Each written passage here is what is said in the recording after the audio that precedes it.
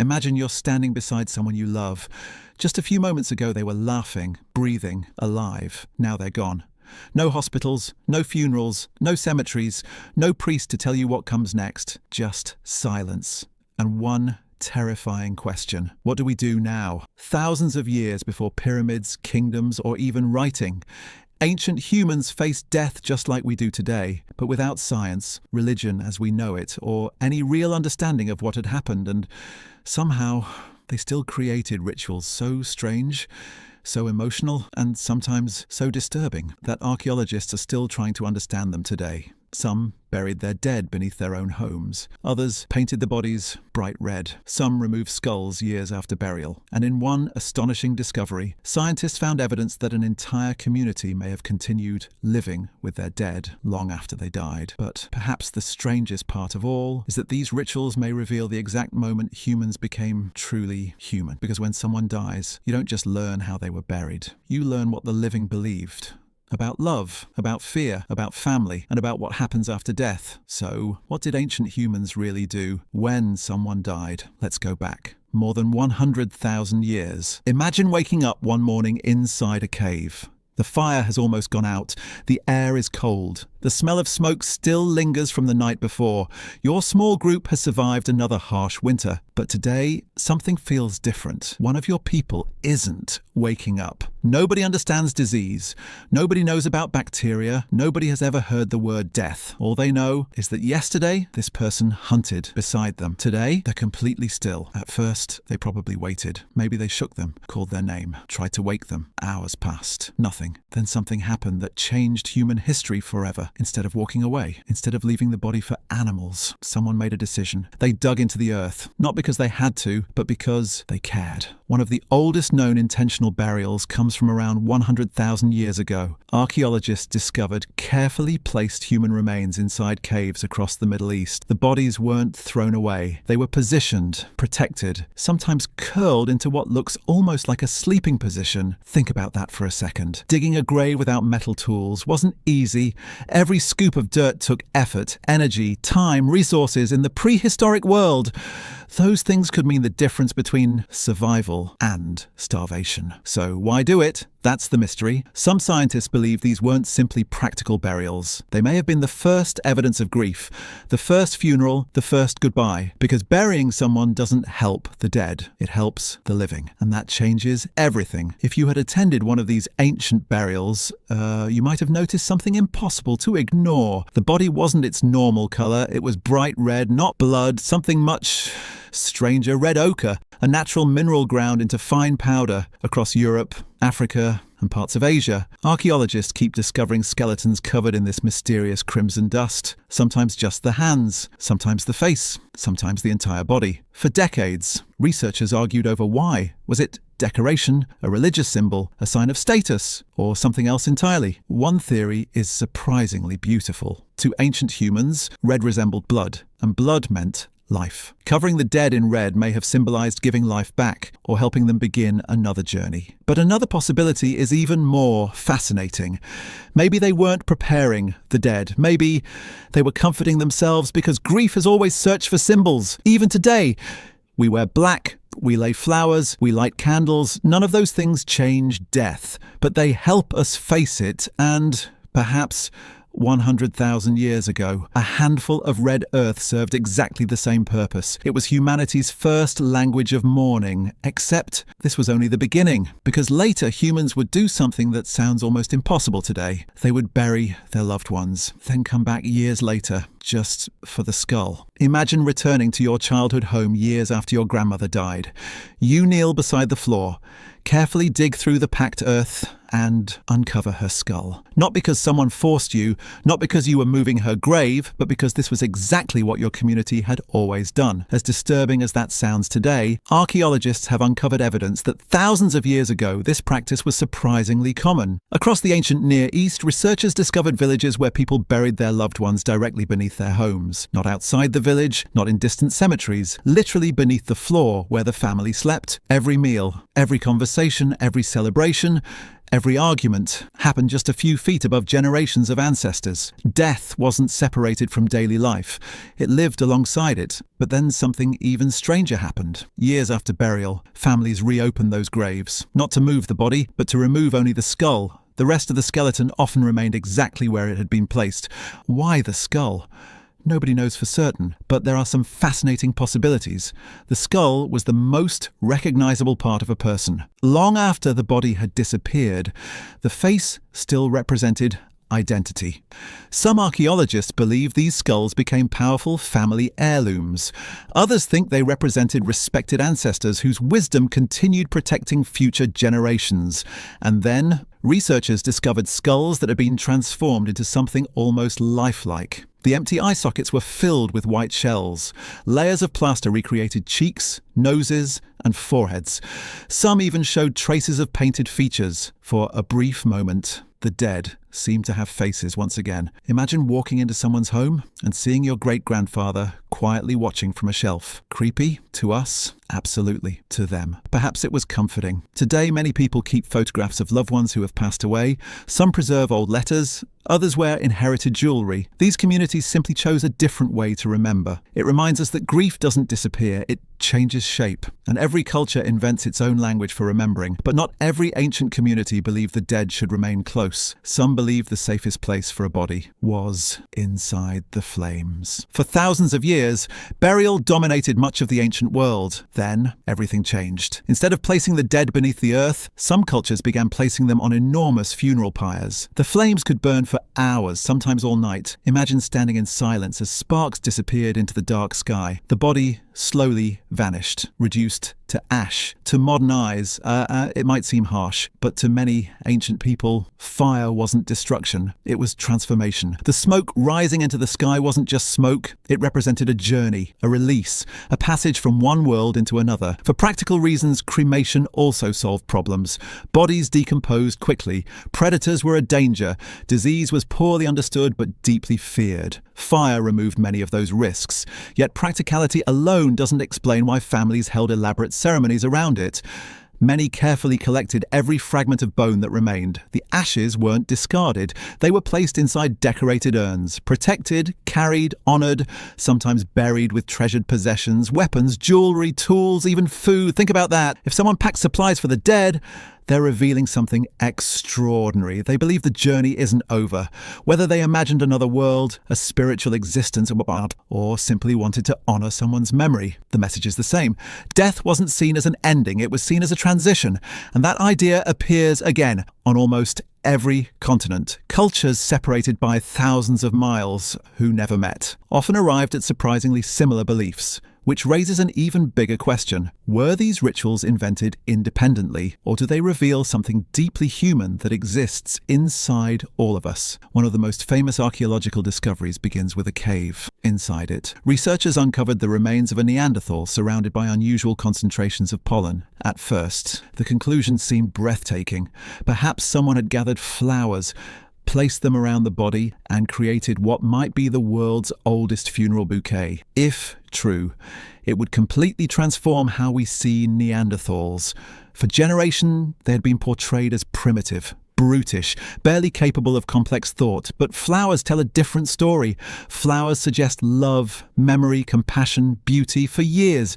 This discovery appeared in textbooks around the world. Then, scientists looked closer, much closer. Another explanation emerged. The pollen may not have come from flowers placed by grieving family members at all. It may have been carried underground by burrowing rodents, one tiny animal, possibly rewriting one of archaeology's most famous stories. This is something people rarely realize about archaeology. It's not just about discovering the past, it's about constantly questioning it. Every skeleton, every stone, every grain of pollen can completely change the story. The truth is, we may never know whether flowers surrounded that burial, but in some ways, that uncertainty is even more fascinating. Because history isn't a completed puzzle.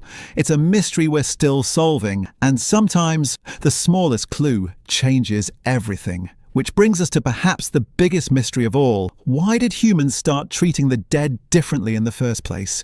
Because the answer has almost nothing to do with death, and everything to do with what was happening inside the human mind. Imagine two groups of early humans living only a few hundred kilometers apart. Both hunted, both gathered food, both raised children, both feared predators.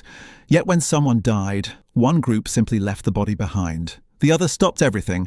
They dug a grave, placed the body carefully inside, covered it, and perhaps stood there in silence. That tiny difference may be one of the biggest turning points in human history, because the moment humans began treating death as something meaningful, they were no longer thinking only about survival. They were thinking about ideas, about memory, about identity, about things they couldn't see. In other words, they had begun imagining worlds beyond the one in front of them. For archaeologists, graves are far more than holes in the ground. They're windows into the human mind. A burial tells you what a society believed, what it feared, what it valued, and what it hoped happened after life ended. You can't dig up someone's thoughts, but you can uncover the choices they made when saying goodbye. And those choices speak louder than words ever could. Some graves contain nothing at all. Others contain jewelry, weapons, animal bones, pigments, food, tools, even children's toys. Every object raises another question. Why bury something valuable if no one alive will ever use it again? Unless you believe someone still might. Whether those ancient people imagined spirits, ancestors, another world, or something completely different, one thing becomes impossible to ignore. Death forced humanity to ask questions that had no obvious answers, questions we still ask today. What happens after we die? Where do we go? Will we see the people we love again? Those questions may be older than civilization itself, but if death inspired humanity's greatest ideas, it also inspired its greatest acts of compassion, because some of the most astonishing burials ever discovered were never supposed to happen. Picture a man who can't hunt, can't run, can't defend himself. His injuries are severe. One arm barely functions. His eyesight is failing. He walks with difficulty. In the prehistoric world, that should have been a death sentence. Every extra mouth meant fewer resources for everyone else. Food wasn't guaranteed. Winter was unforgiving. Survival demanded impossible choices. Yet archaeologists keep discovering individuals who lived for years, sometimes decades, with injuries they could never have survived alone. Someone fed them, protected them, waited for them, cared for them, day after day, year after year, long before hospitals, long before medicine, long before governments. Humans were already making sacrifices for people who could give very little back. That changes the way we think about our ancestors. It's easy to imagine prehistoric humans as brutal survivors, driven only by instinct. But these discoveries suggest something else entirely. Compassion wasn't invented by civilization. It helped create civilization. And when those cared for individuals eventually died, their burials were often just as respectful as everyone else's, sometimes even more so. Think about what that means. The funeral wasn't simply about disposing of a body. It was the final chapter in a relationship. One last act of care. The grave became a message. You mattered. Few sentences are more powerful than that. But there are burials that seem to carry an even stranger message, one that archaeologists still struggle to explain, because some graves don't contain one person. They contain two or three or entire families, frozen together in time. At first glance, it looks peaceful. A small skeleton lies beside a larger one. Their arms appear to touch nearby. Another child rests close enough to suggest they were never meant to be separated. For archaeologists, these moments are impossible to ignore. Mass burials can happen after disasters, disease, conflict, famine, but some graves tell a different story. They weren't rushed. Bodies were arranged with extraordinary care, sometimes facing one another, sometimes embracing, sometimes positioned in ways that almost feel intentional. It's tempting to imagine a tragic story.